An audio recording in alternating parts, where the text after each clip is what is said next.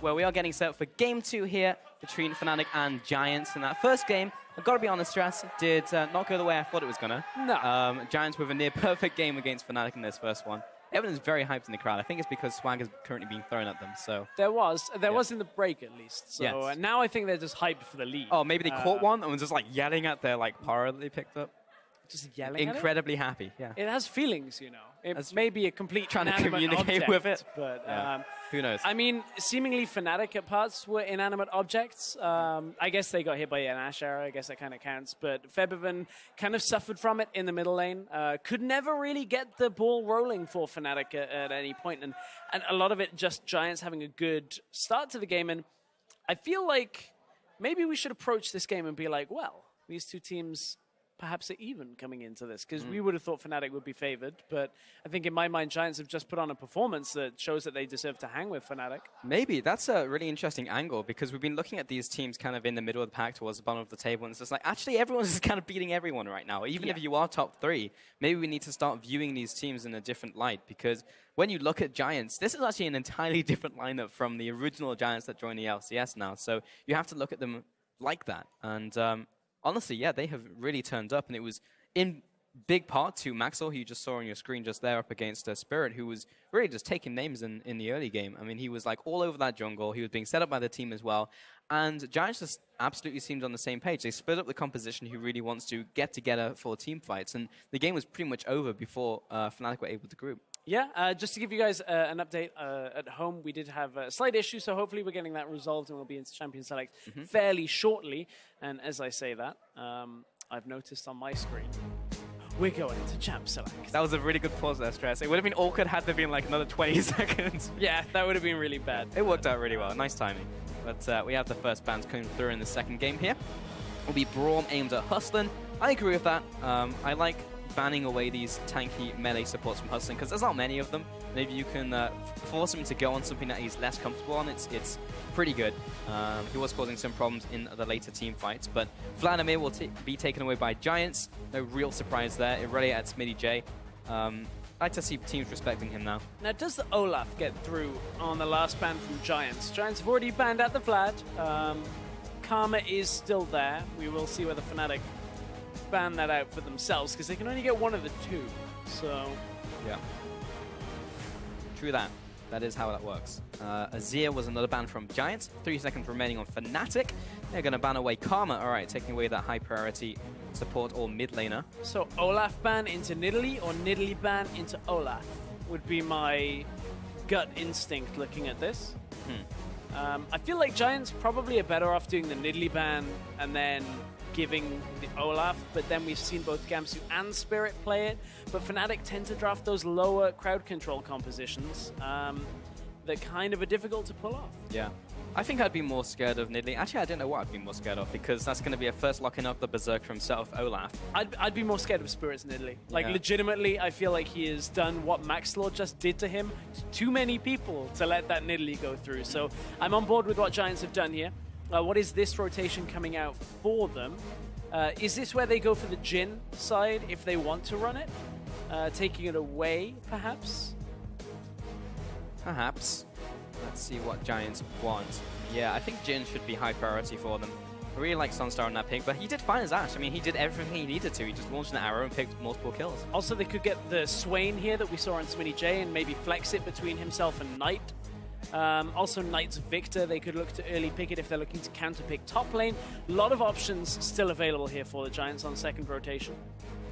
Yeah, hovering over the Jhin, hovering over Yasuo, but I think one of those two are going to be locked in, and it's not Yasuo. So, Jhin being picked up here with Nami. I like that combination a lot. Saw it last game, and didn't do so well for Fnatic. Yeah, stealing the bottom lane away. It's always a curious decision when you swap team compositions. Yeah. We saw that in Challenger with Nerve and Millennium this week, where Millennium ran a comp that failed, and then Nerve went, oh, good composition, we'll take it. I like the comp, you just didn't do it right, and then lost with it. I'm Yeah. looking at it and I'm like, oh, I don't really know how I feel about that. But, you know, we won't have the Braum this time to do a full swap. We won't have the Nidalee either. So, some big picks taken away. If we see the Gnar locked in, obviously that tells us it's the Olaf in the jungle. So probably looking at support and potentially a blind pickable mid laner here, like a Victor for Febiven. Yeah, that would make a lot of sense. Oh, Gnar going to be locked in first, so we have that for sure. So it will be Olaf out of the jungle, Gnar going into the top lane.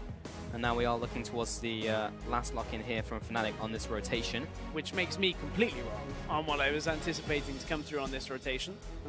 Oh, okay. Sivir going to be picked up. I mean, makes sense.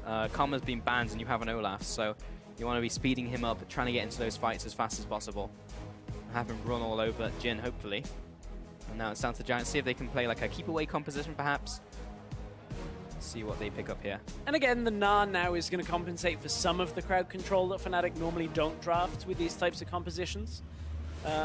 So we've still got options for support. They played the Alistar yesterday. I kind of don't want to see it again.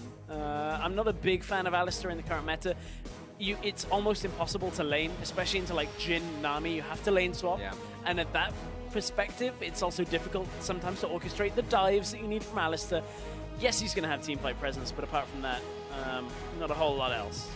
True that. Not the same as he once was, unfortunately, that cow, but we will have Swain locked in once again for Giants. So, again, it's going to be a flex because we don't have two top or mid pickups, and Rek'Sai for the jungle for Maxlaw. So, just standing out of the jungle there. And, again, seeing Smitty on this Swain pick is so interesting to me because he did really well on that pick last game, albeit they were very far ahead. It's just not what I would consider Smitty J champion. And it's the same matchup now as well. Into the Gnar that we saw go even for a very long part of the game. It was only after that Executioner's calling and a lot of extra damage that Swain actually started to fall off against the Gnar.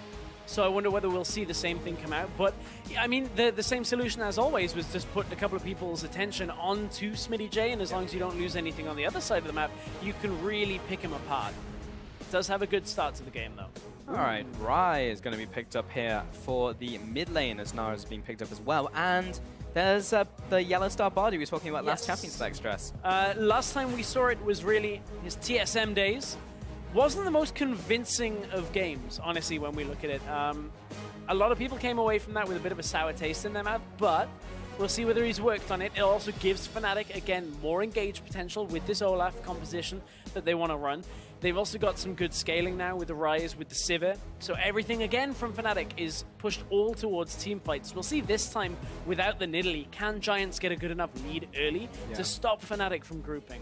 It's very possible. Every time we've seen Sunstar and Jhin, we always see them get ahead early mid-game. Really able to utilize that pick well with specifically Rek'Sai as well. That only just clicked in my head. That was one of the big things they were using to accept Deadly Flourish with Praise-Seeker. So cool to see that come out from the jungle, facilitating Sunstar.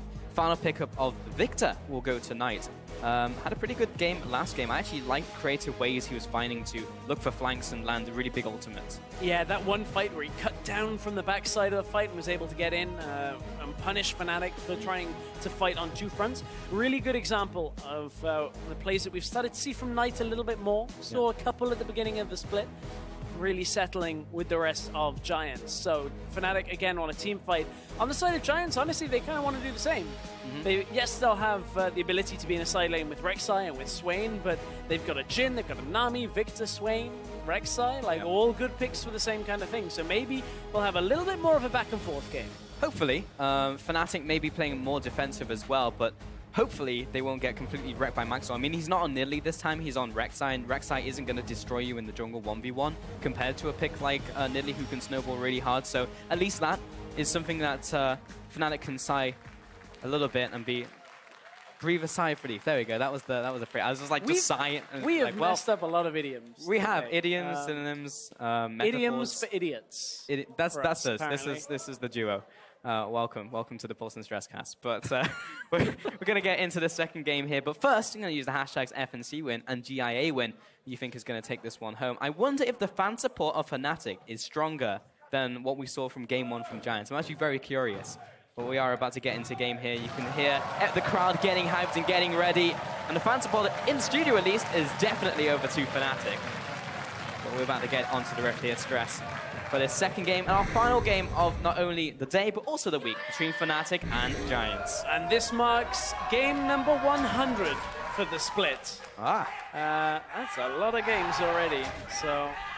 It's a lot of games, can confirm. Already had more than last split combined in the regular season. But Knight, he's going to fan out. Man, you must be really scared of your Giants right now. You can literally hear not only the chants from Fnatic, but the entire studio is literally rumbling.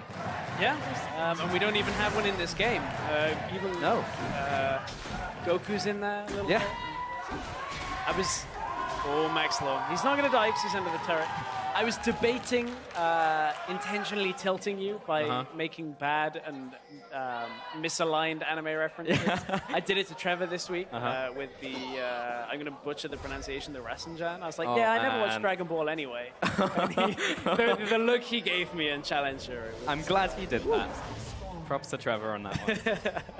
But, alrighty. So, yeah, I saw Olaf running towards Max and I was like, yeah, he's fine. Like, Olaf's not going to completely murder him. Spirit actually popped Ghost there, interestingly enough. It's like, I'm going to run at you real fast. I'm going to scare you. I'm going to send a message early game so you don't come into my jungle again. Yeah, I mean, it's going to be off cooldown realistically by the next time they meet each other. Yeah, it's pretty low. Once you take both buffs, that kind of thing, it should be okay for Spirit. We're also looking to be in Australia lanes. So, as we start this game off, Featherman had a pretty tough time last game. This time he's running the Rise into Victor, so you kind of assume maybe a slight advantage for Knight in the laning phase, but ultimately Featherman's going to be able to farm himself up fairly confidently, and we saw this earlier coming out in the HK matchup, where Ryu managed to turn it on at the end of the game. Heavy damage going to come out from this bard lane though, but Sunstar and Hustlin wanted to call it. They take the 2v2 intentionally, having themselves with that Thunderlords now on Jhin. We were talking about it in the last game, Sunstar ran it. So a lot of damage going to come out in response. Yeah, looking towards the early mid game. That is really where Giants want to be getting ahead as well, so it makes a lot of sense. Spirit is waiting in the jungle though. Maxlaw may become the hunted in this game here, Stress. Oh, there's the undertow. Maxwell is low. He's going to go underneath, get the knock up, and now Red Buff's also chiming in. Maxwell jumps after Spirit. He gets the 1v1 kill against Spirit. Maxwell, first blood. Yellowstar coming in here, not going to get the red buff. He's going to be closed in by Hustling as well. Needs to be dodging some skill shots. Has to flash out of the way of the deadly flourish. But Sunstar is still encroaching on him. 4th shot lands, dancing grenade. Hustling and Maxwell will be receiving a cosmic binding. Actually landed onto Sunstar as well, but that was an invade gone very, very wrong. Maxlaw is getting right into Spirit's mind right now. Reads the players. Spirit comes out of the bush by throwing the axe. He's just like, okay, well, if you're going to be there while you know, Red Buff's still attacking. Yeah. Oh, hang on, mid lane, Featherman, so low. He's so low and he's so far pushed up. Maxlaw, easiest gank of the century right there. Comes in, gets the knock up, gets the kill. 2-0. Maxlaw now wants himself potentially another red buff here as he's going to look to take away Spirit for now, but decides against it, backs away towards his own side of the map. Doesn't want to be overextended too far. 2 kills already is a great start for Maxlaw. Currently has nearly 1,400 gold in the bank, just over 1,300 right now. Oh my god. I was coming into this game and I was just like, wow, he doesn't have Nidalee, he doesn't have an early aggressive jungler this time, and he still gets 2 kills at 3 minutes into the game. And that's what we were talking about, was like, how can you do it on Rek'Sai? Because Rek'Sai shouldn't be able to bully out Olaf. Well, if he gets the help from Red buff. The Bramble back in the jungle, wails away with a couple of hits from that, but now we're seeing even this bottom lane. SwinnyJ's had a bit of a lead in the 1v1 for a while now, has a slight CS advantage as well. Giants starting out game 2 exactly like they started out game 1. Unbelievable. And really, I feel like Fnatic outplayed themselves, at least in the early game. Sunstar receiving a bit of damage in that lane from Yellowstar, just abusing vision there. Maxwell's going to head into the bottom lane now. At least this time he's going to be spotted out by a preemptive ward. And another ward over the wall, so yeah, won't be getting a gank onto the spot lane for now. Still pressure onto Gamsu. Look how far back he is in this lane. Yeah, sat well back. It's interesting, you'd say, Fnatic undoing themselves with the plays early, because that's exactly what we saw happen yesterday against G2, where Fnatic went, okay, let's try an unorthodox play. Let's put Spirit top lane, try and get a kill here. Oh wait, they had TP. End up losing the fight horribly in game 2 early on, and it tilts the game away from them. So Fnatic seem to be in kind of panic mode in a lot of these scenarios where they lose game 1, and they aren't able to stabilize properly in game 2 without trying to make some wild play for themselves. Yeah, not looking too hot right now. Maxlaw, he's going Going into this top lane. Not currently warded from Fnatic. Yellowstar's no flash, remember? No flash, but he's near full health. Sunstar's going to come forward with the 4th shot. Maxwell instantly exhausted. Doesn't have flash, remember, but Reckless the could chain. still be under attack. CC. Double knock-up anyway. Bubble lands. Sunstar gets the 4th shot and the kill. 3-0 Giants. Again, Giants are punishing Fnatic's early game play. Fnatic try and invade on the red. They had to use so many summoners and different abilities to get away from that situation earlier that now Maxlaw is just getting his duo lane further and further ahead when it comes to kills, but they are down in CS. Spirit getting zoned away from his own jungle right now. This is not really good at all for Spirit. He's going to run back towards Maxlaw as Febvin's going to try and help him out Rune Prison. Maxlaw's going to shrug off a lot of this damage, but he gets the full combo. Here's the tunnel. Oh, wow, he's Huston out. is still there. Yeah, I mean, he was fine by himself, pretty much. The difference between Febby at level 6, though, is he didn't have the chase potential. Yeah, it was only desperate level power. 5. Yeah, if he'd have had that extra ability to kind of stick on top of Maxlaw, maybe been able to get it. That's true. This bottom lane matchup as well has not only been an island, but there's been slight advantages. All right, we'll touch on that in a second, but take a look at this gank once more. I thought he was fine. Chilling he was very Smite not. allows for the W as well after some of the damage from Maxlaw, and then W into bubble. That was it. Easy off the unburrow. That's all she wrote. Yeah, another great gank and another game where Maxlaw is really setting up Sunstar. there's the Mid ult. lane, Knight 1v1 against Feathervin, and he is ticking down. And luckily, he's going to run out of this ultimate. Knight was actually trying to go off to the side to try and keep the speed up, as, of course, as the storm gets away from him.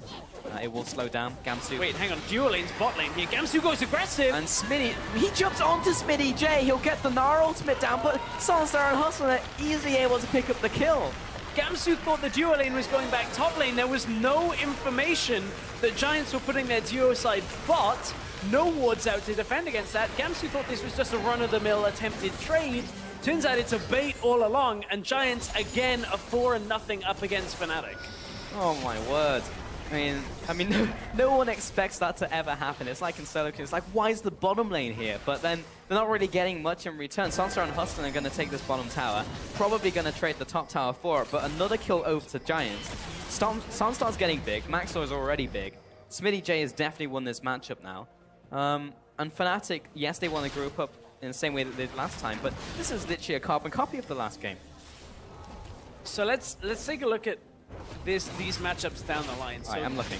Top lane, Smitty J, we said it would roughly be even, but he's coming out slightly ahead here. Gamsu then getting punished in the setup. Mid lane, again, is going Knight's way. They've had a lot of presence onto Featherman from that early game gank that Maxlaw managed to pick up the kill. Bottom lane, though, the farm is the big difference. Reckless is way up on Sunstar as well. So they need to get a little bit of farm onto this Jhin before they can really look to group effectively, but it's kind of evened out back and forth between the teams.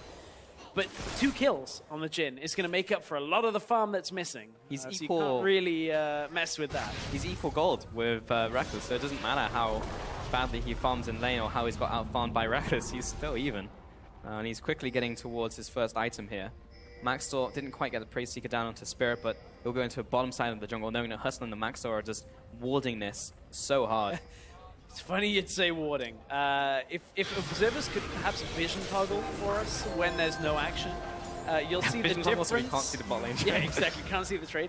There's a major difference in vision control. Look at all the red wards spattered around the bottom side, and just honestly everywhere through Fnatic's top and bottom jungle. Fnatic barely even have their own jungle camps warded, let alone anywhere that's spotting Giants out effectively. Yeah, Fnatic have 1 pink ward that luckily Maxlaw didn't spot.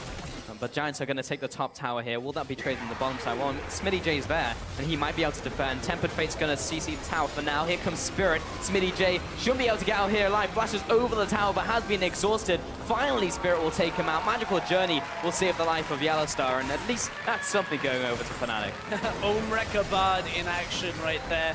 Tower did fall in the top side. Should be evened up for Fnatic on the next minion wave that pushes in. So the trade will be in Fnatic's favor for now. It is Cloud Drake, though, so it's not like they can bounce from this and take like an Infernal or a Mountain. Honestly, that was one of the big factors that helped Giants, was the RNG perhaps of going back-to-back Mountain Drakes of the early game.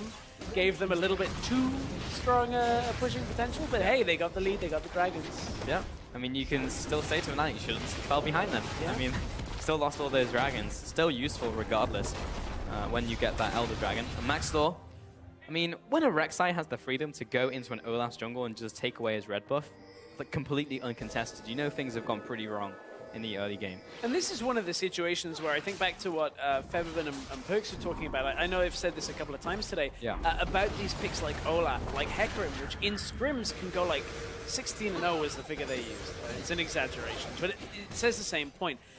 If you don't get those kills, it is very difficult on a pick like Olaf to try and get the same kind of flank effectiveness that you would have on a top lane Olaf, because top lane Olaf can TP in from the side.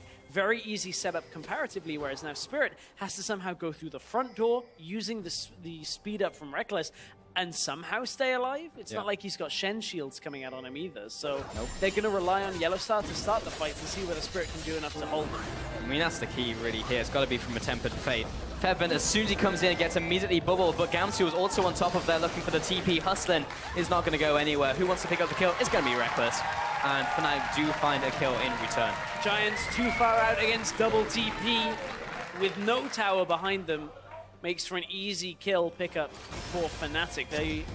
I was going to say, do they transition that into a Cloud Drake? The answer for now is no. They don't actually feel like that's valuable right now. Reckless pushes at the bottom lane. Fnatic kind of just regress back. I guess they're content with closing some of the gap between the teams right now. And that will allow Fnatic to push down the bottom lane as well before Sunstar and Huston are able to react. So how are we doing right now? The gold differential is not as bad as it was a couple minutes ago, almost edging on 3,000 gold, now just over 1,000. So Fnatic closing in here. Giants are able to take the consolation prize of the Rift Herald in the top side. There's a Tempered Fate in the mid lane, going to be flashed out by 9, but great ultimate from Yellowstar to burn that Summoner. And his Herald is putting up a fight, especially because Smitty is out of mana, so it's going to take a little bit longer, but they're going to give this one to Maxor actually, not for the 1v1 for Smitty. Well, I mean, Smitty's going to be fairly confident against Gamsu until that Executioner's Calling comes out. He's ahead again in this matchup, and Maxlor over on the side lane is going to be fairly strong himself. So expect Rek'Sai to be down over bottom or top, and then ult his way back towards the rest of the team setup. So it does have its uses. Maxwell's still a level up on Spirit. I am looking, though, at this matchup in the mid lane. Featherman down in CS again. We talked about the matchup earlier, although Yellowstar wants to look at bottom lane first. Gives the game away. Yeah, Magical Journey, unfortunately, can be seen by their enemies. And Sunstar and Hudson were already a little too far back to really get Spirit in there. He did have Ragnarok and Ghost. So 2 and 4 in this game, currently 13 minutes in. No one has gone for the initial Cloud Dragon. Is still surviving on the map. Top lane, finally getting this 1v1 again. Gamsu, really sad, because like every time we see him, he's always just like hopping away, and the one time he goes in happens to be Sunstar and Hudson. It's like, really unlucky. Sad, yeah. But yeah, we have kind of stabilized a little bit, so both teams just backing off. And this is good for Fnatic. They can finally get to a point in the game where they can group up as 5 and actually use their composition without just being horrifically behind before they get to that point. Or maybe not, because Maxwell's going to find him in the mid lane. Tidal Wave will land onto Yellowstar, and Maxwell's still following after Queen's Wrath, but he'll be locked in place. Featherman coming in. Maxwell survived. So does Yellowstar. And meanwhile, on the top side, Gamsu and Spirit aggressing onto Smitty J. But the bird just simply won't die. He's going to go down eventually. It's going to take a long time to do it. Finally, we'll get him. And Reckless is under fire as well. Hudson and Maxwell will come in for the kill alongside Knight. So that was a 1-for-1 trade across the map. Got the shield out after all, but the second shot that followed hit him. And man, at this point, Smitty J doesn't have the mana on the top side to be able to make those 1v2 plays. Yes, he's got Rod of Ages, but he still can't take the same damage to give him the mana back off a tank like that. So really, Smitty J biting off more than he could chew at that point. Giants managed to capitalize with a kill onto Reckless at that point, but still Reckless has the farm advantage. Has been doing a good job of that so far this game. Giants pushed that middle tower, will maintain their lead. They've extended it back up to around 3,000 though. It was at 1.5, now they've got a little bit more. Yeah, not looking too bad for Fnatic. It's good that Reckless is on basically a vacuum cleaner of ADC, where he just like walks into a lane, sucks up all the minions, and just walks mid lane. Fem's like, put my farm. But Maxwell comes in here, looking really good for Giants once again, also tagging him with the Tidal Wave, but Fnatic do turn it around. Yeah, heal came out onto Yellowstar, was able to heal himself as well. There was an exhaust in the mix. A lot was used from Fnatic, so we can take a look. Reckless was just stepping too far up in the lane. Forced to flash out. sidestep was on, but it was shot number 4 that actually killed him then, I guess. Oh no, it was shot 4 was in the right place, but Mike got the kill. Yeah. Meanwhile, Bardock was just used bottom lane. Did not catch Sunstar though. Forces the flash out. So like, we can keep track of that. Sunstar had to flash away, won't have it for the next fight. L-Star's been doing a good job this game. We were trying to think, or trying to look at how well it does, because of North America we were not too impressed with his Bard, but in this game he's burnt a lot of flashes and had some really good engages with the Tempered Fate. Of course, had this set up in the bottom lane onto that tower, so far been pretty good from Yellowstar. And now in this middle lane, we'll be able to siege in here. However, Maxor is looking for a kill onto Yellowstar. He'll be taking the Magical Journey, so will Reckless, but Knight's there to greet them. Ultimate comes in, and the long-range ultimate from Sunstar will be locking down Yellowstar. The laser and the ultimate from Knight will eventually finish him off. Spirit's going to have to back away, so will Reckless and Feathervin. And that's just another kill over to Giants. And Yellowstar right now is good at a play set as he's been picking up here with the ults coming through, burning summoners time and time again. He's still very squishy, so if he does overextend like that with the rest of Fnatic, they can fairly easily be picked off by Sunstar. We heard Veritas talking about it, how easily you can burst people down. Uh-oh, Feathervin. Probably shouldn't have stepped forward there, right into a bulb from Hudson. Another lockdown, another kill. Giants will be happy to pick up that kill and the middle lane tower. Another tower going over to Giants. This time they don't have the 3 Mountain Drakes that preceded the hemorrhaging of towers that Fnatic had in the last game. Looks like they're collapsing on bottom lane just to push that back out. I was going to say maybe Cloud Drake, but they split up again. Nobody wants Cloud Drake. Come on, just take it. Get the next one. Exactly. Get the next one. Get a fun one. And plus, like, it's still 45 extra damage over time when you pick up the Elder Dragon. That's what it gives you, not the movement speed. But it's just like, yeah, just you lost me for a else. second there. It's like, did we change that? No, yeah, Elder Drake. Okay, we're like 30 minutes away from that. Exactly. It's still something. But it's 17 minutes in here. In the games we had yesterday, it was like 22 minutes before we saw anyone go for that. And they only picked up, Giants only picked it up because Knight could solo it. That's the only reason they went for it. So sad. Yeah. Because honestly, at this stage, okay, maybe you don't want to step out if you're Fnatic, because every time they do step out, they lose someone. So. Like, again, I don't feel like... So it's being changed coming up, right? And it gives it an extra +10, I think, is on the change. Full disclosure, patch notes don't normally get checked by the caster team until, like, it's actually live on the patch. So I don't think that really fixes one individual Cloud Drake. Like, sure, that gets so much faster when you get 3, and then Elder, brilliant.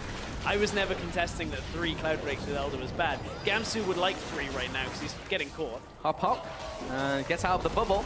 Spirit's there to help him, but this is all going to fizzle out. Yellowstar's coming in. There's a Magical Journey looking to cut off Maxstar. Needs a Cosmic Binding. Austin's going to have to flash away. Spirit's chasing after as well. Knight's going to come into this one, and the TPs will rain down. And your Sunstar is getting his long-range artillery shots down onto 800 damage crit. Onto Spirit will finish him off. Double kill out for Sunstar there. And Giants will be locked in place by Yellowstar, salvaging this situation just a little. A 1-for-2 trade for Giants. He's still under attack. Beatrice will slow him down. Get him, Bird. All right, he's going to have to flash away. And again, it forces them away from the tower that Fnatic now can't really afford to defend it because of how all of this crowd control is coming out. I mean, that 4th hit that lands, we always get a little surprised by the damage because it just hit a tank in Mega Gnar form with all of those added resistances, smashes straight through about a quarter of his health and takes him out from the fight. And I mean, you can relish in the fact that it happens again. Gamsu trying to be a little tricky on the way out. Ever so close on that bubble to landing. So Gamsu then wants to turn the fight around, ends up in Mega Gnar. It looks good for Fnatic after a while, but there's a good Nami ult that comes through here. It kind of disrupts what Spirit and Gamsu want to do. Of course, Spirit was in his ultimate form right there, so didn't actually get knocked up by it. But at that point, the positioning in the fight is made a lot more difficult by that Nami ultimate. They cannot keep the damage going. No, they cannot. 20 minutes into this game, and it's not quite as dire as it was last game, but still pretty bad. Here comes Magical Journey through the wall, and it will be Yellowstar to pick up the blue buff, so we'll be happy with that for now. At least denying it from Smitty is a big deal. Yeah, they really would have wanted that to go on to Smitty J. We saw his mana issues earlier, and he's building towards that Zhonya's Hourglass next, so it doesn't inherently fix the mana issues, so that blue buff would have been nice for him to add there. Ooh, Maxlaw. We saw a couple of over-aggressive plays from Maxlaw in the first game when they had a lead, when they were looking to close out the game, but This time, Max Law, maybe not quite having the same confidence that we saw in game 1 where he was like, I carried the early game. Yeah, I can do whatever I want now. It's my birthday. I'm just going to walk into the enemy team 1v3. It's fine. I'm pretty sure it's you can cry if you want to, not you can take control of somebody else's jungle and crush them in 35 minutes if you want to. Well, you're not wrong. I mean, it's also Spirit's birthday, but it's not had the best of performances, unfortunately. He can cry if he wants to. Yeah. That's how the song goes. So, I hope he's not, though, because he came straight out of this game and was just like, okay, I'm going to invade you level 2. Yeah. I'm going to try and kill you. You managed to get red buff to fight against me and really screw me over in the early game. Yeah, very unfortunate, but no tears in this game. Only Rise has picked up a tier of the goddess so far. I thought you were saying only dreams. Only dreams. Yeah. Dreams and challenger, mate. But Max Law Law. walking off. Alright, it's not a solo cast. Max Law has still been doing very well in this game. 8 assists in this game total, of course, with those 2 kills out of 9. So he's had a big part of Giant success. Yes, he was kind of set up by Spirit, funny enough, by him just walking into the zone. I was like, hey, you want a kill? Here's a kill. And red buff double manned him. But hey, yeah, Cloud Dragon go down. 21 minutes. The first Cloud Dragon. Let me check what the next dragon's going to be here. Stress. Cloud Dragon. Come on. Just once. We've actually been fairly lucky with the fire breaks. Oh. Whoop. Switch swap. Febby wants the Swain, though. That's where he's really going. Yeah, Smitty. Oh, they're going to go Baron at the same time. Look, the Rek'Sai up towards the top side of the map. Fnatic have way overcommitted bottom side. He just needs to buy time. It's fine that he dies here, and Giants are immediately onto this Baron. I don't even think Fnatic can remotely contest, and they're sending 3 members up the river. They're just going to go back and farm. I mean... Fnatic, the play was somewhat right if you only commit a handful of people to that play. Not 5. If you commit maybe 2 or 3 maximum people, if you've got teleport users there, you can actually take out the Swain and then be able to defend a position like that. But Fnatic were getting pushed in the top side. They didn't really have any answers. I mean, that was the easiest play for Giants to make. I mean, it was just like around the Baron area, and it's just like, well, this is easy. A very decisive play as well, because, I mean, Max Law goes, okay, well, let's just go for the Baron. Yeah. And ults his way out. Had anybody from Fnatic kind of been around Max Law, he wouldn't have been able to. Would have got stopped before he would ult. But man, that's a play that shows a lot of confidence from this Giants lineup. And I guess why wouldn't they be? I mean, the only thing really not going their way is the farm currently in the AD carry role, but the farm everywhere else and the number of kills that your AD carry has is well and above what Giants need right now. Easy outweighs it. And even in terms of gold, he's actually ahead of Reckless, despite how much farm Reckless has been soaking up in this game. 23 minutes in now. Giants are significantly ahead, 7,000 gold.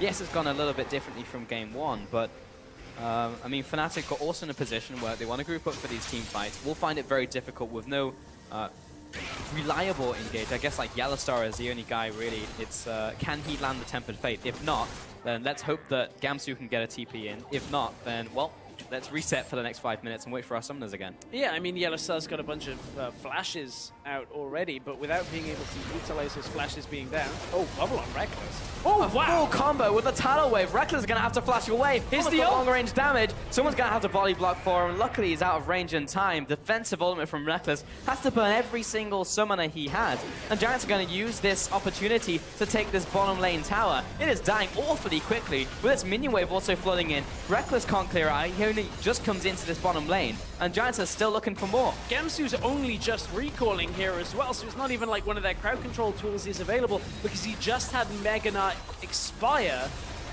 Oh man, this has been so good for Giants, despite the fact they didn't actually pick up the kill. Just getting that damage down just cracked the base of Fnatic open completely. What a creative way as well to open up that opportunity, because you do not expect when you're in your own base to get bubbled and then full comboed by a Victor who happens to be hanging around the wall. So Reckless, I mean, just taking a leisurely stroll on the base, and that was not safe at all. Spirit and Febvin are going to go towards this blue buff now, and Smitty J really wanted it. Go on, Bird, get it for me. No, unfortunately out of range, so he'll be flying away. And Knight is going to take the other blue buff, so Smitty J eternally without blue buff, unfortunately.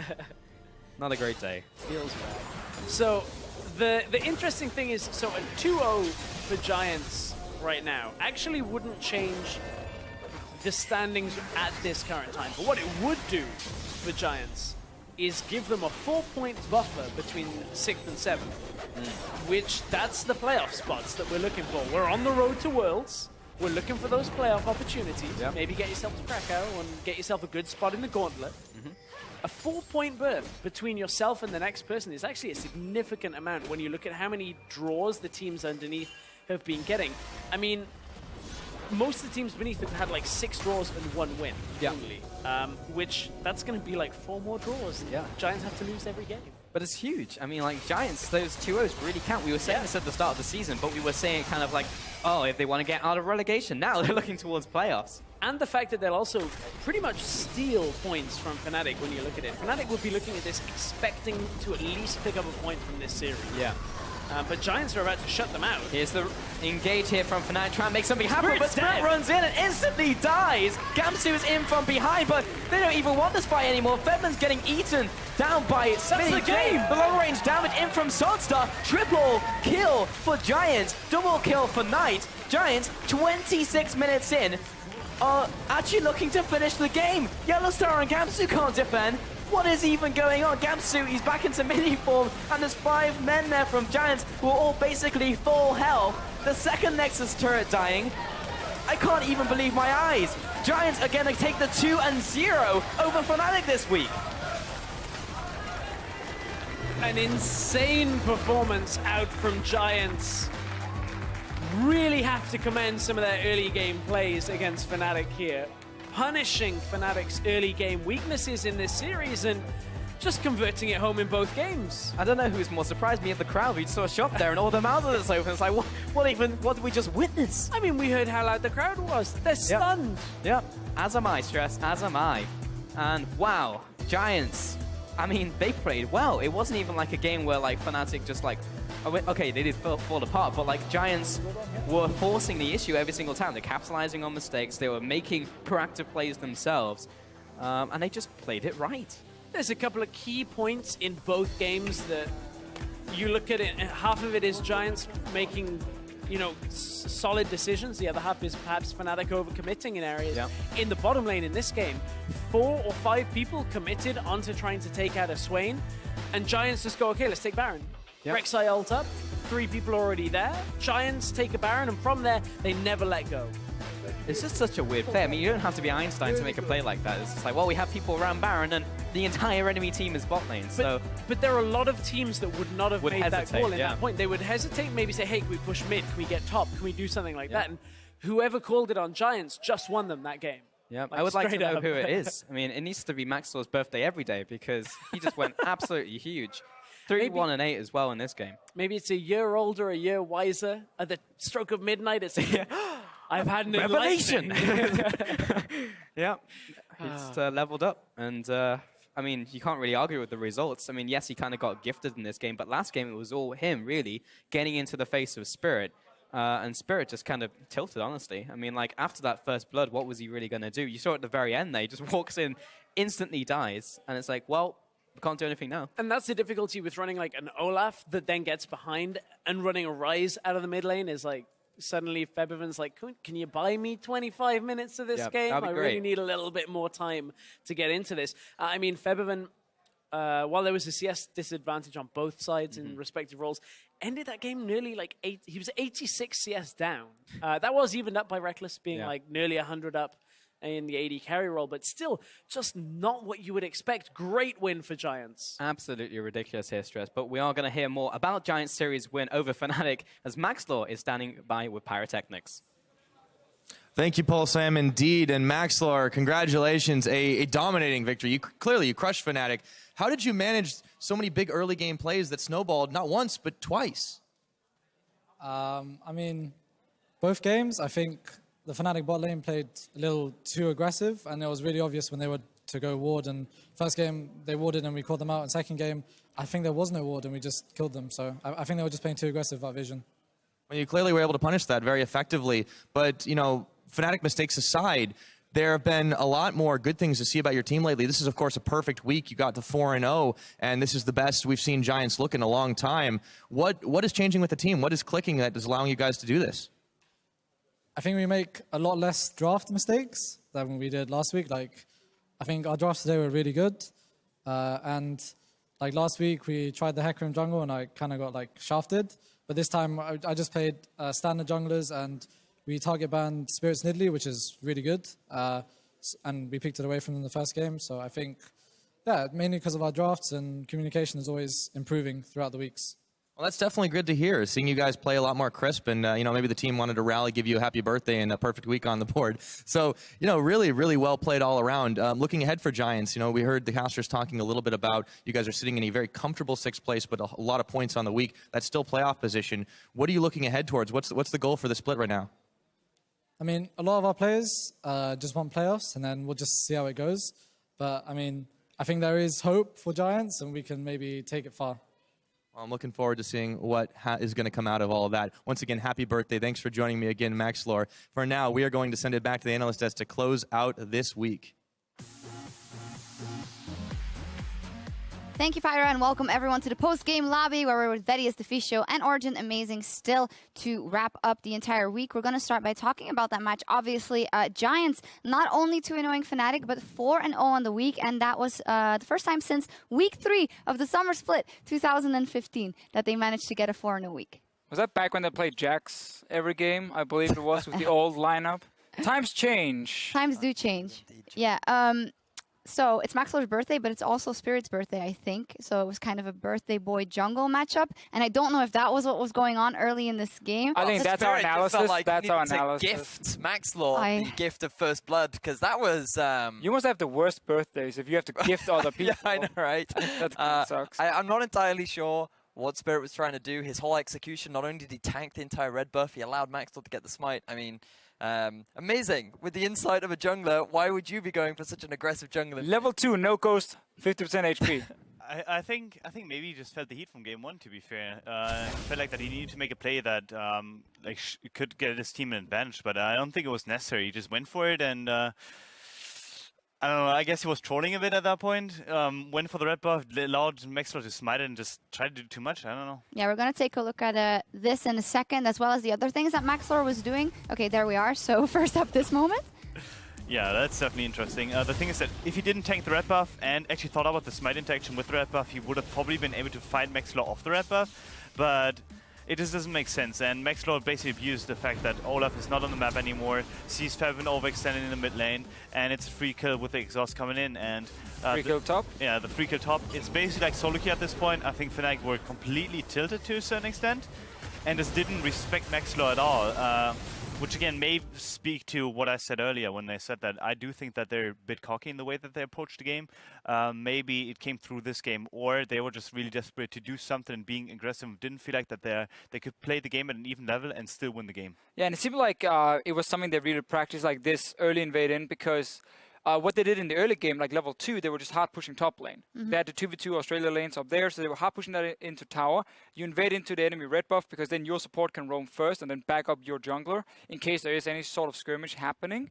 But again, when Spirit then completely messes up and tanks the red buff and has no ghosts or anything, and he dies, well then you kind of need to change your game plan, because they just kept playing aggressive on top side. Even had a ward ready. The trinket ward was available for Yellow Star. Didn't place it. All right, keep pushing. You could even ran to the wall, magical journey over the wall. No, not happening either. And then he just dies, and that's 3 early kills now for Maxlor and Giants, and then the game is just done. Started snowballing. Player of the game, Sunstar, for us. He already had that pentakill, but then we actually didn't rate him as high, but his Jhin is really, really good. It certainly is. I just think it fits his playstyle, to be honest. The fact that he can just sit on the backline and he's not forced to be in this carry position because of how strong Jhin is considered right now in Europe. Amazing mentioned earlier that a lot of teams just don't seem to properly know how to deal with the Jhin, and even though they drafted the Olaf, which is actually really good at diving onto the backline and killing the Jhin, after the Olaf, it does seem that the draft went in a bit of an obscure route that didn't really enable them to properly capitalize and take advantage of that Jhin pick. Yeah, the thing is that given that they first picked Olaf and basically showed like kind of what they want to go with, because Olaf kind of sets you up for only one thing, and that's hard engage. They see the Nami Jhin coming in on the other side then, and then decide to pick the Gnar, which sets you up for losing lane again, and you're basically slowing the pace just by that, because you give the enemies too many options already, and if the early game then goes so bad, I just don't see any options for Fnatic to actually win this game. Not only do you give them, the one counter pick because Giants are on red side, so would always have at least one counter option unless you have multiple flex. You even give them 2 counter picks. So both solo laners actually able to be counter picked in this game. Their last pick Victor as well is just a super safe option against Ryze, so it made a ton of sense for Giants, and they just felt like in control. I think Max Lord talked about it, how the draft is much better for them now. They don't make the same mistakes that we see Fnatic make. You know, honestly, all the games Fnatic played this week, we have been questioning the draft. In the past, we've done the same. So clearly something needs to change for them in how they approach the game. Yeah, on top of that, we also asked the people at home to send us in who was their MVP of the split so far. And that Chrysalis has weighed in on the discussion, saying, Spirit has been the base of Fnatic. When he does well, he goes off. He's the biggest reason they're second. Now, you could interpret that both ways, obviously, because in this game, if he then doesn't go off, it seems that they don't have any way to deal with the fallout. I think if you just watch Fnatic's games, they usually try to play with lane swaps and basically have like a standard game coming in from there on, where they have the same setups every time and basically just try to get Spirit ahead like in farm-wise. And once people caught up to that, to how he plays lane swaps, I think that people will be able to equalize whatever he does and maybe exceed him, because it seems to be a way where we've seen that in the spring split, to be fair, where we basically had the memes of Spirit trying to outfarm the enemy jungle and sort of outplaying him, and that's something that has come in again, where like he's obviously a great player and I really respect him, which is something I said on the show beforehand too a couple of times. But I do think that the game approach per se for him, if Fnatic is not able to play a game throughout their practice and basically like go by a standard game that they have practiced 24/7, he seems kind of lost, to be fair, and he tries to go for too much and tries to reach for too much. But I do think that given that they're second place and that's something that is still respectable, he's definitely been where he should be in most of the case if Fnatic is able to pull off their game. How do you compare him to someone like Trick? Because a lot of people actually like to say they have the same jungle style. Do you agree on that? Like Trick and Spirit are kind of playing the same way? I think Spirit sees the game more on an individual level. I think he definitely thinks about his matchup way more. He definitely wants to have a good matchup in most cases, which was why he opts for the Red Smite a lot of the times for the Elise, and definitely doesn't see the game as global as Trick. I think Trick is more like he sees that he needs to have a bit of farm, he needs to outfarm the enemy or like get ahead, but he knows his power spikes pretty well and he's not reliant on any kind of snowballing mechanic. He's just able to read the map on a really high level, which is something that I can't say about Spirit, whereas Spirit is way better, or like at least better, at reading the individual matchup. Yeah, we'll take a look at the player of the game leaderboard later on. We'll see that Trick is still reigning supreme there. I do want to talk about some other matches today, starting with Roccat versus H2K, 1-1, and it looked like it might be another 0-2 for H2K, but they did find their form later. We had Airwax on the desk with Steelback in an interview, and I asked him about the top 3, and he said he found that Schalke is more deserving of the 3rd spot in the league than H2K. What do you think, Amazing? I think so too. I think Schalke is a team that has definitely a lot of aggression. They're able to win their games from the enemies, and they don't rely on any throw whatsoever. So I do think that Schalke right now is better, if not way better than HK, because HK, the only way they win is basically if they read enemies' mistake and try to punish them, whereas they cannot win a game on their own. Do you feel like there's a change in Jankos from last split? I don't think that Jankos changed. I think the Jankos Panda connection changed. That I don't feel like they're as threatening anymore. They operate pretty individual from one another, similar to what we've seen like maybe from me and Mithy last split when we played with one another. In the beginning of the split we felt disconnected with different ideas of how to play the game, but at some point came together, whereas Fana and Jankos definitely seem disconnected and don't know how to properly approach the game, because there's always the option, for example, in lane swaps, if we think about it, that the jungler can farm the offside in order to basically just to get a farm like ahead and farm, but the dual lane still has to push out, and in those kind of scenarios is where HK seems to be lost in what they have to do and don't seem to be as punishing as they used to be, especially come last split. I think there's also a big problem when we look at the 2 carries on H2K, Rio and Freeze. At the moment, while the game is not about individual abilities right now, it's a lot about teamwork, obviously. You still need these carries to be able to step up, especially if we look at some of the games today where they play like Draven Zillion. Like, obviously, that's on Freeze to be the hard carry, and Ryu to always have ulti ready for him and protect him. Had a Shen too as well to even protect him, and then Ryu messes up like almost every single ulti. I think Ryu yesterday also looked very shaky. So you have basically 2 weak carries at the moment, and then you have your support jungle being a bit disconnected as well, And then they talk a lot about having issues with communication on stage. So we got like 3 big issues right there for H2K as a team. And because the EU LCS is so close right now, that's why they end up losing a lot of these games and also get beaten by Rocket, get beaten by Unicorns, a lot of teams where you normally would say H2K should win every single time. Perk said they'll fix their problems in time. Do you agree, Vedius? I mean, For the playoffs? thing is, well, we're halfway through the split now, and Rocket Yeah. are still showing the same problems that they had before. So whatever training regime they've put into themselves, it's clearly not working, because if you're now 4.5 weeks in or 5 weeks in and you're still demonstrating the same problems, there's clearly an underlying issue that they need to solve. Yeah, I meant HGK, but it also goes for Rocket, obviously. Goes There's for lots of- Origin, Fnatic, Rocket, all these teams. Whoa, whoa, whoa. I can just keep going. I can take every single team here. I agree for HK. I think that they... No, actually, I disagree. I'd say that HK is a team that has, in the past, been good, and their players have basically been good, and they have been reaching high regular season ceilings. But I do think that right now, since they're already like kind of downish and they're basically like not playing as well as they did, for example, last split, I don't think that they can reach a similar height that they did last split, and I don't think that they have the players to do that, because you can talk about championship players or basically players that are able to compete for a championship every single season, and I don't see that in HK besides maybe Rio, because he has been on the biggest stage, but none of the other players basically has. Although I'm not to a certain extent, but even he didn't make it to the finals per se. So none of their players really has the deep championship experience that we can see, for example, in Origin, which is why I'm still hopeful that we're gonna make it out of there.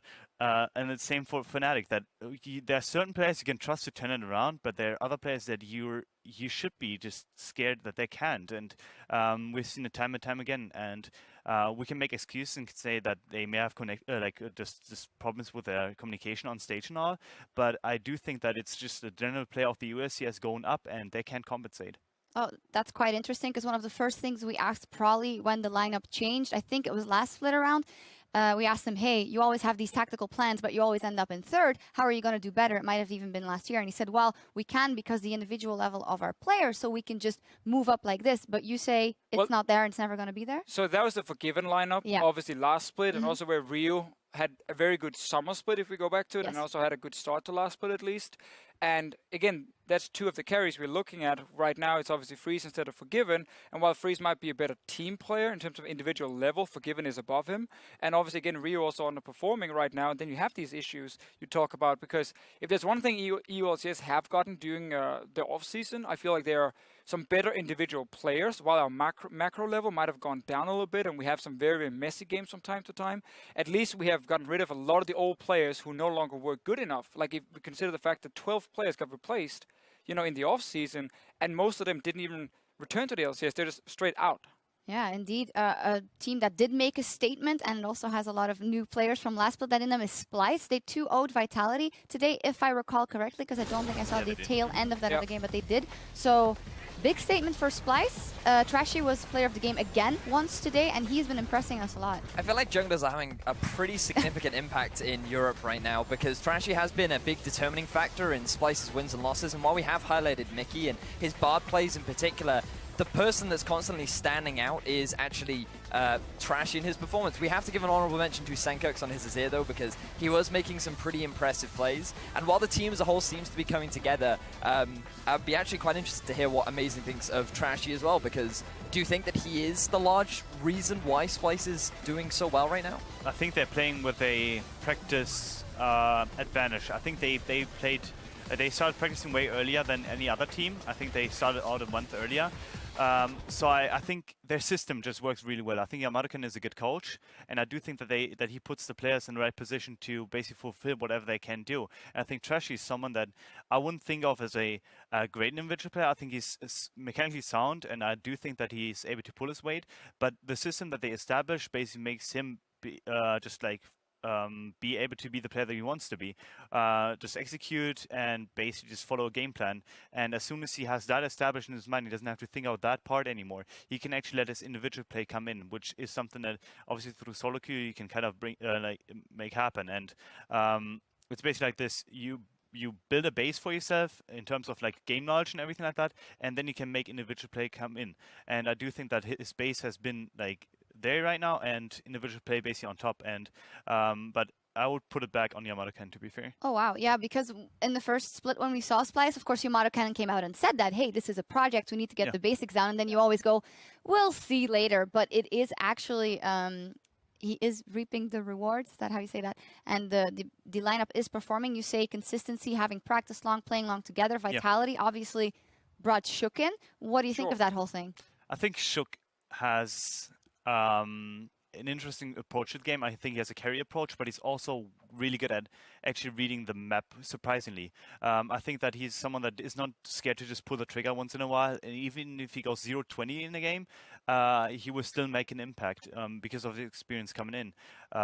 If they really had communication issues in general, where they were unable to have Mighty Bear on the same page as the rest of the team, I do think it's a great change because I do have a lot of respect for Shook for the way he approaches the game and is able to basically come in after not doing anything more or less for 3 months and just plays on a decent level again. Or maybe in a good level, and I do think that he's actually going to be a good change for them. One of the big things Vitality highlight about Shook is that he's a jungler who plays for the team. He's very vision focused. He listens to the game plan, where Mighty Bear is kind of the opposite. Mighty Bear is that I'm going to carry alone. I'm going to hard farm 24/7. If you get ganked by the enemy jungler and fall behind, I don't care. I need to farm. And if it works for him and the gank doesn't work for the other jungler, yes, he gets ahead and he becomes stronger in fights. But before that, he sets the lanes behind, where Shook is the opposite. Like, Shook will listen to what the team needs for him. He sets down a lot of vision, has probably a better overview of how to actually play professionally than Mighty Bear. So I feel like that is a good change. Now I just want to see more players than Caposhot actually step up and use that, because Nuke Dog has not been performing that well. I think Mighty Bear suffer from the same issues that HGK is sometimes suffering from, if we draw a parallel, because Mighty Bear is someone that's able to punish mistakes really well. He's mechanically sound. He may have actually been one of the top 2 or top 3 best mechanical junglers in Europe, but the thing is that he doesn't have a proper game plan in his mind, and he doesn't plan 2 to 3 minutes ahead. He plans in the moment, sees a camp, it's up, I have to take it, I have to get farmed, I have to get myself ahead, which is what you talked about. So it's down to basic experience and basically have him maybe grab it by just listening to Shook and the communication when that comes in, and maybe pick up on that. But yeah, that's basically Shook being there is definitely good for them, I think. Do you think we're going to see Mighty Bear to split? I mean, it all depends on how quickly he learns, because he's still in the house as a sub.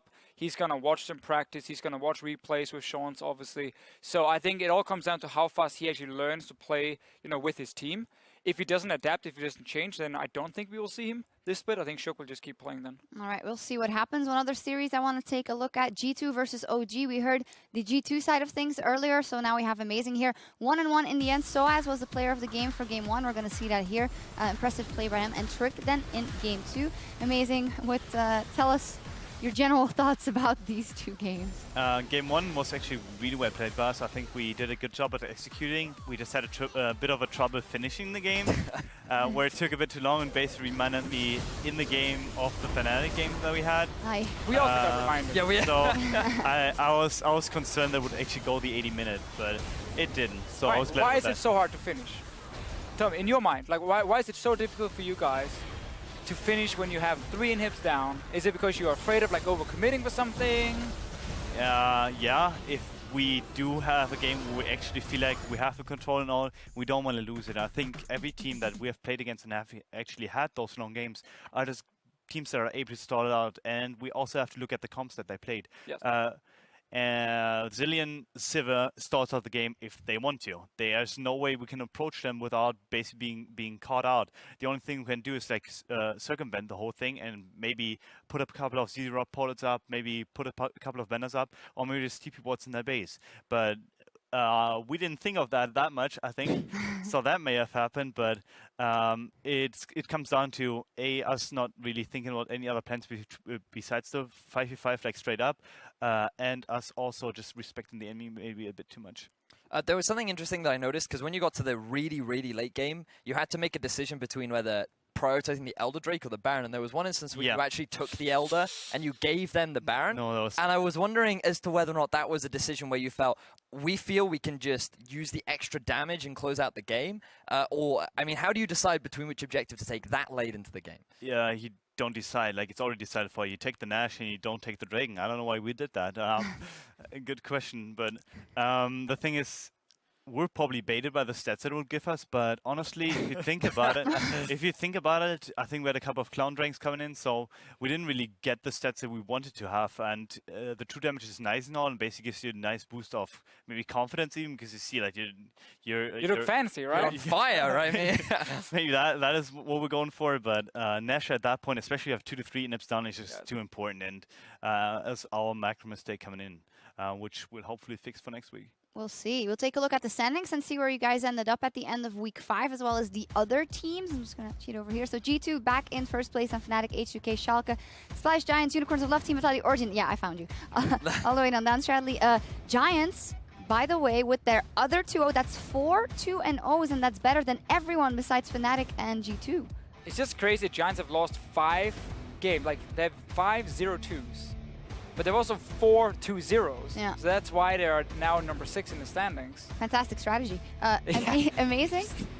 During midweek, we asked a couple of players, or maybe the week before, what they thought of the standings and if they were looking at it a lot. You just said we are starting to look at it because it's starting to get tight with the playoffs in the back of your head. So tell us what you think. Well, I do think a lot of things. I don't want to speak out on all of them, but I do think that right now it's basically for us where we do think of the playoff picture, and we do have a couple of games coming in with teams in our like bracket of the standings, more or less, where we play against Unicorns, I think, next week, and we play against Vitality next week. Yep. And these are the teams we gotta beat because they're definitely just next to us. So it crawls into the back of your mind to a certain extent, and you definitely do start to think about it, especially if you're a team with aspirations that we have, where we do want to go to Worlds. I don't want to have a long off-season. That'd be boring. I want to go to Worlds and be able to compete against the best players, and I do think that's the same for all of our players. So if we have those aspirations coming in and those ambitions coming in, you definitely have the thought process that, man, we got to start winning some games. Yeah, and I think you should aspire not only to win them, but to win them in less than 35 minutes. No? Longest average game time in the ULCS, so. Yeah, I wonder why. 80 minutes? I don't know. 67 minutes? A win is still a win, and that's what's important at the end of the day. Exactly. Unless you lose after and exactly, then it's the tie. At that point, it's the tie. Just 2-0 them. Let's take a look at the player of the game leaderboard. No surprises, I think, at the top. I don't think anything has changed there, seeing how Trick got another one today. So 6th, then Spirit, Kabushard. Jankos is in there. Amazing's also in the top 10. A lot of jump. Yeah, but I think I'm only there because my name starts with an A. Right, because the alphabet goes E, S, That's true, it's a lot of threes. Yeah. But who's your biggest surprise in there? Actually, there's no surprise. Maybe Knight, because I didn't think he would be that strong coming in. But he's definitely shown that he's a player capable of carrying the team. But maybe also Gilius, because Yes, I agree. Gilius is someone that maybe before the split he thought was maybe even dumb coming into the game, that he doesn't understand the game on the highest level, and he's definitely shown it on a like completely different, that he's able to understand the game on the highest level while even transcending, which basically makes you a player of the game, because at that point you're equalizing whatever the enemy is doing, and you're basically putting something on top, and you're basically carrying your team to things that they couldn't normally do. And I think Gilius is someone that mechanically sound, understands the game. There's nothing bad about him. Good champion pool, and he's definitely capable of carrying games. I think the big thing for Gilius, and the funny thing is that he got a lot of these play of the game very early on in the split, where he actually would like just hard carry games. He would just go like 10-0 on Italy and just win the game for his team. Now, the last 2 weeks, I feel like he's trying to slot more into just being the team player. Right here, I know for a fact that they're trying to practice a lot with shot calling. He said in an interview himself how when they're inconsistent, it's because of him. He feels like because he's calling wrong, or his early game is not strong enough, he makes some mistakes. So he puts a lot of pressure on himself, which is very good if you can then obviously improve from there on, and you can then become a much better player. But I think Schalke wins as a team, honestly. And I especially like the fact that Schalke, very often when they do win, it's because they play well and not because the other team plays really poorly. So I think they actually have some really cool components, and I think also the mid laner is doing extremely well, which is another bonus for them. Yeah, definitely. Fox crushing it. I think Fox is incredibly good. I don't think that I expected him to do even close to as good as he does, but I do think that he's competing for being the top mid laner in the US, yes. Yeah. Which is something that most players maybe thought could happen because he had a pretty good spring split, I think in 2015 when he played with Forgiven on the team in SK. He played extremely well and he was able to basically use Svenskern's aggression, so Forgiven's aggression, to basically make a mark for himself. But now he's playing on a different team, And I do think that he's bringing the aggression at this point, because whenever I do see him playing lane swaps, I'd be surprised if I don't find him under my turret in minute 3. So You don't have a turret. Your turn. Mid lane. Oh, yeah, I'm kidding. Just kidding. Sure. Sorry, Okay. comical interjection. Okay, whatever. Now I'm completely tilted, but Oh, no, I feel it's bad. fine. No, he's really aggressive. I do think that he's a great player, actually. Yeah, definitely. The stats show it as well, even though a lot of players don't like to hear about the stats. But the player of the game leaderboard also has an influence of the on the summer MVP. For a full breakdown of how this ranking influences how the summer MVPs are chosen across the LCS, check out lolesports.com. And now for next week, the EU LCS will be back on Friday, so that's different, at 5 p.m. Central European Summertime, 8 a.m. Pacific, with Fnatic taking on Vitality and Origin facing the Unicorns of Love, as we see there. So Origin up versus UOL, that can always be a crazy game, amazing. Yeah, I think last time was pretty crazy when we lost 0-2. I hope we don't repeat that, but I do think it's going to be a fun game to play. I think Giants versus G2 could be a really good game. I think it's going to be pretty exciting. Giants have been improving a lot. We have seen Knight versus Perks. He brought out the LeBlanc today. I think LeBlanc versus whatever Knight has to pull out could be an interesting one. Oh, your smile, Betty. You love it. When you talk I about love it. Giants, and I love it. Great. And to close out the day, then it's going to be our match of the week between Schalke and H2K. And very important, week 6 begins on Friday and continues through Saturday. Our coverage will begin on Saturday at noon Central European Summertime. That is 3 a.m. Pacific for all of you night owls over in America. Just party and then watch the LCS or stay up late. Go rogue. I didn't tell you to do that, but yeah. Schalke, H2K? I'm really excited for that one. We just talked about Schalke right now. We actually praised the team, we praised the players. So I think them trying to overtake H2K as the number 3 team in the region is actually super exciting. And I think right now, judging from how the teams have been playing, Schalke will get like a 60-40 from me. I actually think they will be the favorites to win, but in Europe it doesn't mean a whole lot. There's probably a high chance we get a 1-1, but I think Schalke has actually been looking extremely solid. All right, we'll see what happens. If you still need more league after our broadcast, that's not me, after our broadcast tonight, grab your caffeine delivery system of choice and check out the NALCS, which will be going on later with Cloud9 facing Team Liquid, first up in the NALCS, and then Echo Fox facing Team Envy. It all begins at 2 a.m. Central European Summertime, 5 p.m. Pacific. We're actually quite early today. That's 3 hours away, so people are going to have to do something else. So let's do an hour more post-game lobby. Yeah. Amazing. Tell me about your life. I actually really had to go to the bathroom before this, but I didn't. So if you keep talking for an hour, that might be problematic. Blame him. No, I'm just kidding. Next week, also, Friday Night's League will come your way 2 hours earlier. So mark your calendars. Is there anything else you want to say to Fisho? No, I am done for today. All right, cool. Thaddeus? European League of Legends is awesome. Definitely, and amazing. No, nothing to say. All right, well, thank you very much for joining us. Always fantastic insight for us here at the European LCS. Time to log off for now. Thank you very much all for tuning in. Have a good night, and we will see you next Friday. Bye. Oh, look at the Superman. Yeah, you dash. Where's Superman? Is a man or a girl? It's a girl, man. Are you dumb or what? A girl? Superman doesn't have long hair, man. Airwax, you gank mid. Yeah, Ryu, he's got to speed himself up, but Airwax is not keen on letting him get away. Flashes forward. Draven. Nice. Nice. Bad. Yeah, bad. Nice. Get. Zilan. I can flash into them. Go, guys. Nice. Good job. Go. Okay, that's close. GG as H2K claw their way back after one real rough game. Oh, it's a girl or what? Yeah, it's a girl. Yeah, I told you, man. Of course, man. I'm always right. Wonder is caught between the rest of them. He will fall, but Shook is going to be the one getting the credit for that one. And Duck gets taken out by the soldier of Senka. Aaron's going to get taken out. Wonder takes out Police. Can the Aurelia do it? It's going low, but Shook manages to get the smite away at the end, and he dies. The binding. Deer soldiers, the binding. They're starting to melt through. Wonder around the side. Look at those health bars. Police, he's screaming for backup, but nobody's there. And Wonder is wrecking through this team. Splice, they're looking for the 2-0, and they will do it! GG! Wait, Fabian, your screen is tilted, no? A little bit? It's usual. Or it's okay? That's because I'm always tilted. Okay, perfect then. Look. We can fight. Victor behind. Go. Jin here, no ulti. Go mid. The Glacial Fissure will again split up the fight. Featherman will drop. Yastar goes down. Knight looking for a third onto Repcos. He'll find it with the Q. But Snap runs in and instantly dies. Gamsu's in from behind, but they don't even want this fight anymore. Featherman's getting eaten down by Spinning. Can't even believe my eyes. Giants are going to take the 2-0 over Fnatic this week.